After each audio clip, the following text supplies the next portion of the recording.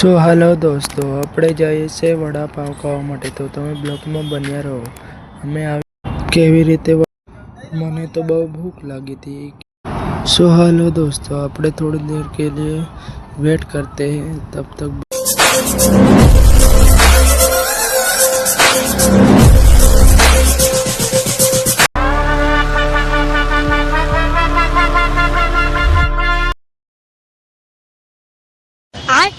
ये क्या है?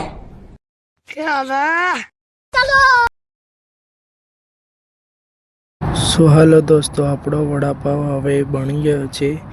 આમને આપણે ખાઈને આપણે ટેસ્ટ કેવો લાગે દેખીએ, તો તમે બ્લોગમાં બન્યા રહો.